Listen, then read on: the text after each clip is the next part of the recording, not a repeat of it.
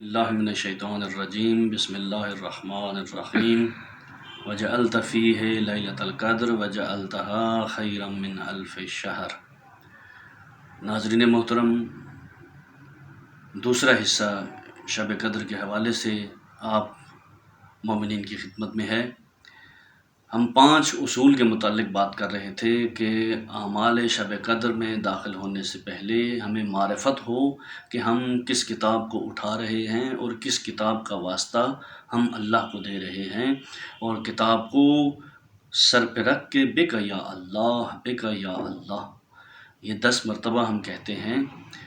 تو اس میں سب سے پہلی اصل یہ انسان کا اپنا ارادہ اور اختیار ہے، یعنی یہ توبہ کے مراحل میں ہے کہ ہم آج کی رات اور آنے والی راتوں میں جو شب قدر لیالی شبگاہ قدر ہیں ان میں پروردگار سے نعمات کے بھی طالب ہوتے ہیں، اور پھر اس کے بعد اس سے اپنے گناہوں کی بخشش کے طلبگار بھی ہوتے ہیں۔ گویا کہ ہم اپنے گزشتہ گناہوں پہ نادم ہیں، پشیمان ہیں اور توبہ چاہتے ہیں اور استغفار کرتے ہیں، لیکن استغفار اور توبہ کے مرحلے تک پہنچنے کے لیے میں نے آپ کے سامنے سورہ اسراء کی 3 آیتیں، انہی 3 آیتوں کے اندر 5 بنیادی اصول کو مختص کیا ہے۔ پہلی ہماری اصل ارادہ اور اختیار تھا، یعنی انسان یہ نہیں کہہ سکتا۔ سورہ زمر میں باقاعدہ یہ کہا جاتا ہے کہ جی اگر خدا چاہتا تو پھر ہم بھی ہدایت یافتہ ہو جاتے۔ شبہات کا بازار گرم ہے ہمارے معاشرے میں، یعنی میں اسے اس وقت یوں کہوں گا کہ یہ زمانہ شبہ انداز ہے۔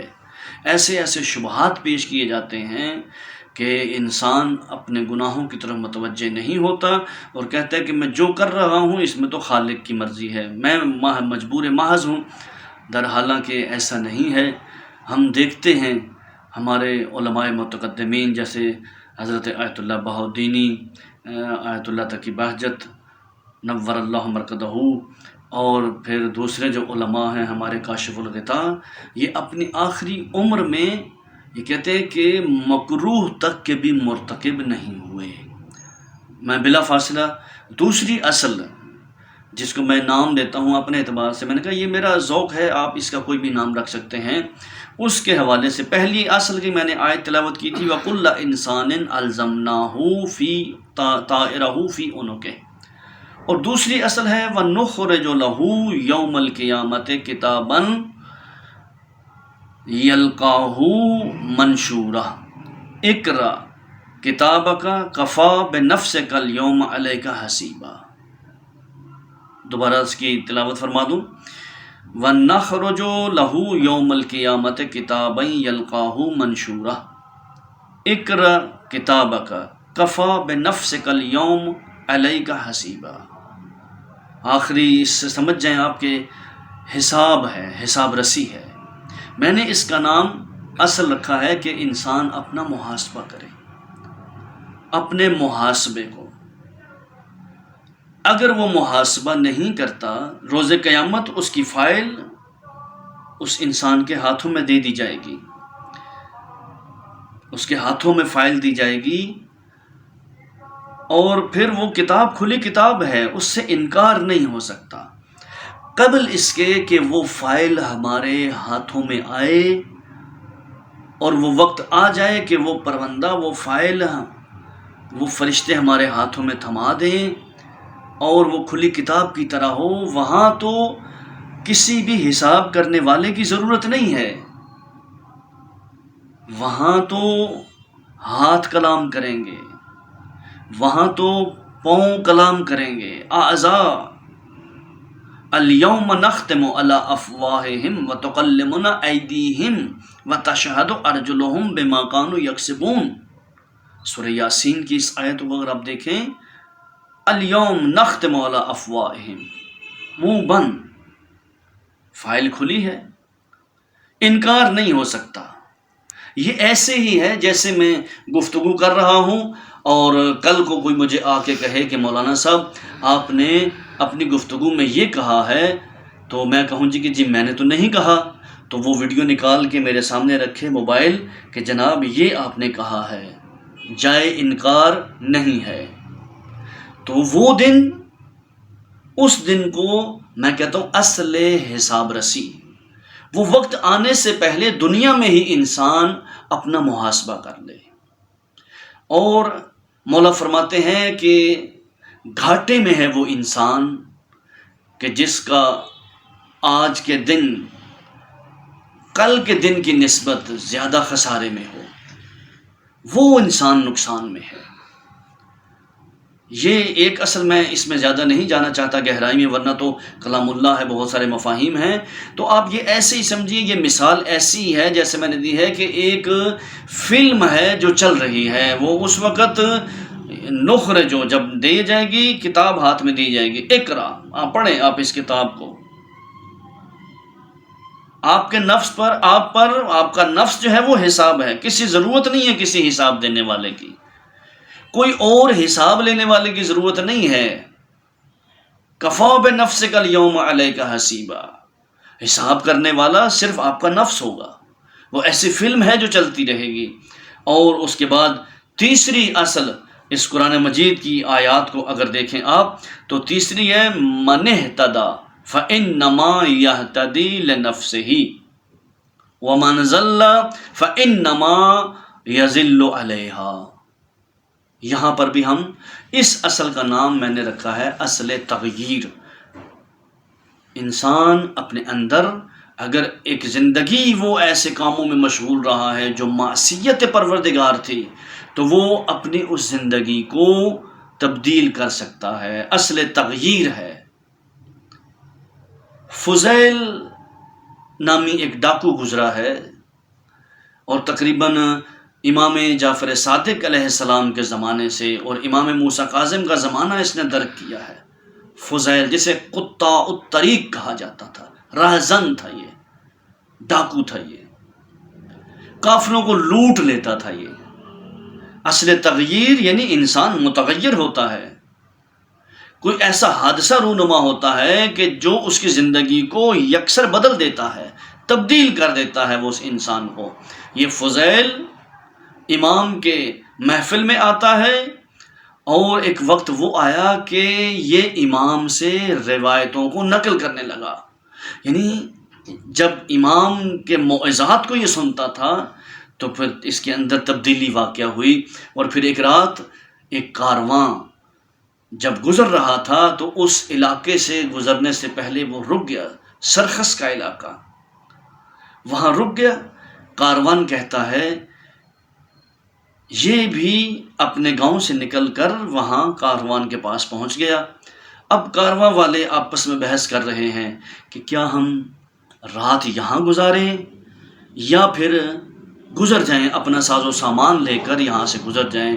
تو کچھ افراد کہتے ہیں نہیں، یہ فضیل کا علاقہ ہے اور وہ راہزن ہے، اور جس قافلے پر وہ حملہ کر دیتا ہے نہ وہ انسانوں کو چھوڑتا ہے اور نہ چوپایوں کو چھوڑتا ہے، ساز و سامان لوٹ لیتا ہے، انسانوں کو قتل کر دیتا ہے۔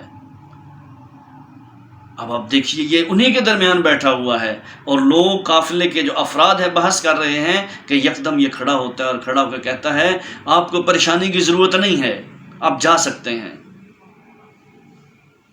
وہ جو جوانی میں ڈاکو ہے، امام کے کلمات کو سن کر اس قدر وہ متغیر ہوا، فَإِنَّمَا مَنِ اهْتَدَى، جس کی ہدایت ہے فَإِنَّمَا يَهْتَدِي لِنَفْسِهِ، جس اصل تغییر یعنی جو ہدایت لینا چاہتا ہے وہ اس کے اپنے نفس کے لیے ہے۔ وَمَنْ ضَلَّ، اور جو گمراہ ہوتا ہے فَإِنَّمَا يُضِلُّ عَلَيْهَا، وہ خود اس کے اوپر جو ہے وہ ہے۔ اصل تغییر انسان کو اپنے اندر تغیر و تبدل ہونا چاہیے۔ ایسا نہیں ہے کہ آج کی رات قرآن کو سر پہ اٹھا کے کہے بے محمدن بے محمدن بے محمدن، اے اللہ تجھے محمد اپنے پیارے حبیب کا واسطہ ہے، آنکھوں میں آنسو ہوں اور وہ گناہوں پہ نادم و پشیماں ہو، لیکن اس کے اندر تغیر اور تبدل نہ ہو۔ وہ آج کی رات جو اسے ہدایت دینا چاہتی ہے وہ اس ہدایت کو کما حق نہ لے سکے، لازم ہے کہ ہم ان اصول کو دیکھیں اور پھر اس کے بعد ایک لمحے کے لیے آئندہ جو زندگی ہے انسان کی اس کے لیے وہ ایک تصمیم لے، ایک ارادہ لے۔ میں بڑی جلدی سے گزرنا چاہتا ہوں، اور اگلے اس میں دیکھیں ہمیں تغیر انسان کے اندر ہے، تبدل ہے۔ اِنَّا هَدَيْنَاهُ السَّبِيلَ إِمَّا شَاكِرًا وَإِمَّا كَفُورًا، اللہ نے دونوں راستے دکھا دیے ہیں۔ وہ حدیث میری یاد ہوگی آپ کو، میں نے پہلے پارٹ میں کہا تھا کہ فَمَنْ غَلَّبَ عَقْلُهُ عَلَى شَهْوَتِهِ فَهُوَ أَعْلَى مِنَ الْمَلَائِكَةِ۔ یہ کیا ہے؟ یہ تغیر ہے۔ یہ حضرت انسان جب چاہے اپنے اندر تغیر پیدا کر سکتا ہے، اور یہ ممکن نہیں سوائے فرامین اہل بیت کے مطابق اپنے زندگیوں کے بسر کرنے کے اور قرآن مجید کو سمجھنے کے۔ میں بڑی جلدی سے بس اس کے علاوہ جو آخری ایک ہم دیکھتے ہیں کہ ایک وقت ہے کہ جہاں پہ کہا جاتا ہے، چونکہ جب ہم کتابیں پڑھتے ہیں مطالعے میں، تو ایک شخص ہے جس کا نام ہی رکھ دیا گیا عبد فرار۔ عبد فرار اس کا نام ہے، اور عارف حمدانی اور ملا حسین کلی خان یہ وہ علماء جو گزرے ہیں۔ عبد فرار، دکانداروں سے ٹیکس لینا، بتہ وصول کرنا، لوگوں کو لوٹنا، یہ اس کا پیشہ تھا۔ ایک رات، سرد رات، عارف حمدانی گزر رہے ہیں اور سامنے سے وہ عبد فرار آ رہا ہے۔ وہ لوٹنے کے چکر میں ہے کہ میں اس کو لوٹ لوں۔ جیسی وہ قریب آئے تو فوراً عارف حمدانی کہتے ہیں من انت، تو کون ہے؟ کہا آپ مجھے نہیں جانتے، میں عبد فرار ہوں۔ بس اتنا کہنا تھا، عارف حمدانی نے ایک جملہ کہا، افررت من اللہ ام من رسول اللہ، کیا تو اللہ سے فرار کر رہا ہے یا رسول سے فرار کر رہا ہے؟ تو کس سے فرار کر رہا ہے؟ بس یہاں اصل تغیر ہے۔ وہ ایک جملہ، افررت من اللہ ام من رسول اللہ، الٹے قدموں پہ گھر گیا، گھر جا کے بیٹھ گیا، بس وہ جملہ دہرائے جا رہا ہے، افررت من اللہ ام من رسول اللہ، افررت من اللہ ام من رسول اللہ۔ صبح ہوئی، ملا حسین کلی خان اپنے درس میں جب درس ختم ہوا تو کہتے ہیں کہ اولیاء خدا میں سے ایک اولیاء خدا میں سے ایک ولی فوت ہو گیا ہے، آؤ اس کے تشییع جنازہ کے لیے چلتے ہیں۔ تمام شاگردوں کو لے کر جیسے ہی عبد فرار کے دروازے پر پہنچے، تمام لوگ جمع تھے۔ انہوں نے کہا کہ یہ تو عبد فرار کا گھر ہے، وہ تو اہل شراب خور تھا، وہ فاسق تھا، وہ فاجر تھا۔ دروازہ کھٹکھٹایا گیا، جنازہ نکالا گیا۔ جیسے ہی جنازہ نکالا گیا تو گھر والوں سے پوچھا گیا کیا ہوا؟ کہا بس رات کو آ کے اس کے اندر ایسا تغیر و تبدل ہوا ہے، بس ایک جملہ دہراتا رہا تھا، افررت من اللہ ام من رسول اللہ۔ ایک جملہ انسان کو متغیر کر دیتا ہے۔ آپ صاحبان علم کی محفل میں بیٹھیں، اس رات کو شب قدر میں علماء مساجد میں موجود ہوتے ہیں، ان کی علمی محفلوں کو آپ دیکھیں، ان میں تشریف لے جائیں۔ ایک جملہ فرامین اہل بیت میں سے آپ کی زندگی کو بدل سکتا ہے۔ اور پھر اس کے بعد میں بڑی جلدی سے چوتھی جو ہے وہ اصل، وَلَا تَزِرُ وَازِرَةً وِزْرَ أُخْرَى، احساس ذمہ داری۔ كُلُّكُمْ رَاعٍ وَكُلُّكُمْ مَسْئُولٌ، اپنے گناہوں کو کسی پہ مت ڈالیے، جو آپ نے کیا ہے آپ کو اس کا حساب دینا ہے۔ یہ مت کہیے کہ جی میرے گناہ، ایسا نہیں ہے کہ باپ گناہ کرے تو سزا بیٹے کو ملے، نہیں، یا بیٹا گناہ کرے تو سزا باپ کو ملے۔ وَلَا تَزِرُ وَازِرَةً وِزْرَ أُخْرَى، ذمہ داری، اصل ذمہ داری وہ یہی ہے۔ ہاں البتہ وہ ایک الگ مثال ہے کہ بعض گناہ ایسے ہوتے ہیں، ایسی کتابیں لکھی جاتی ہیں کہ جو ضال و مضل ہوتی ہیں، گمراہ کنندہ ہوتی ہیں، اور اگر ان کتابوں کو جو پڑھتا ہے، جس نے لکھی ہے، اس کا گناہ بھی اس کو ہے، اور جتنے افراد پڑھ رہے ہیں اور پڑھ کر گمراہ ہو رہے ہیں، ہاں یہ وہ گناہ ہے کہ اس کا گناہ بھی پھر اس لکھنے والے، اس کتاب کے لکھنے والے کے سر پہ ہوگا۔ اور آخری جو بات ہے، میں بڑی جلدی سے بس بات کو اختتام پہ پہنچاؤں، آخری اصل براءت، وما کننا معذبین حتی نبعث رسولا۔ کوئی ایک ایسا دور افتادہ علاقہ کہ جہاں پر نہ اللہ کا رسول پہنچا ہو، نہ کوئی امام پہنچا ہو، نہ دین حق کی آواز پہنچی ہو، نہ رسالت الہیہ پہنچی ہو، نہ احکامات دین پہنچے ہوں، تو پھر اگر وہ اسلام پہ عمل نہیں کرتا تو وہ کہہ سکتا ہے، اللہ کہتے ہیں ما کننا معذبین، ہم ان پہ عذاب نہیں کرتے حتی نبعث رسولا، یہاں تک کہ ان کے درمیان رسول نہ ہو۔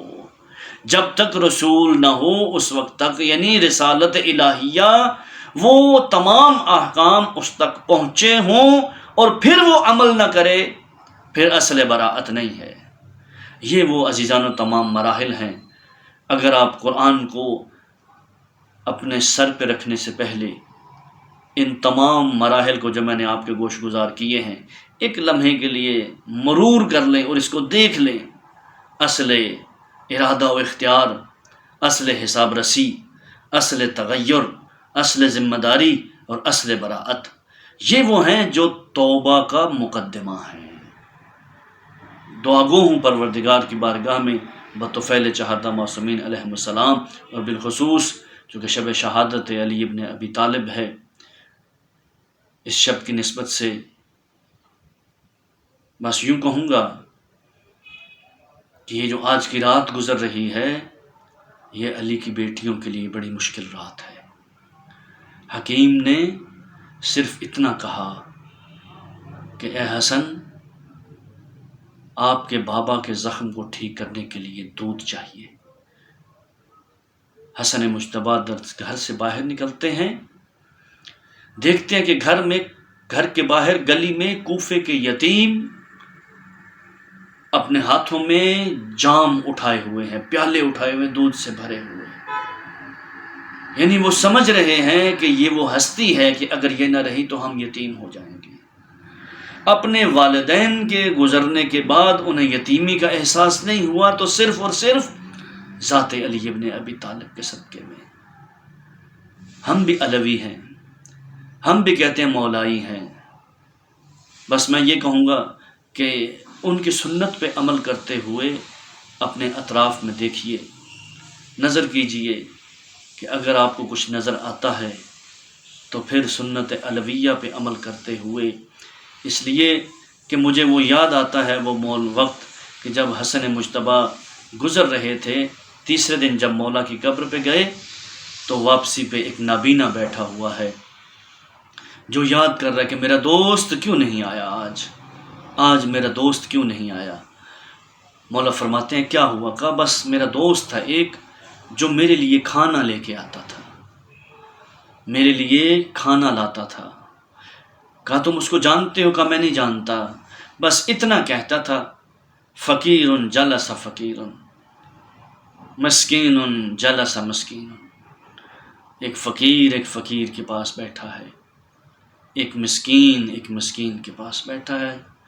حسن مجتبیٰ تڑپ کے کہتے ہیں کہ وہ میرا بابا علی ابن ابی طالب تھا جو اس دنیا میں نہیں رہا، بس اتنا سننا تھا۔ وہ نابینا شخص کہتا ہے تجھے اللہ کا واسطہ ہے مجھے اپنے بابا کی قبر پہ لے چل۔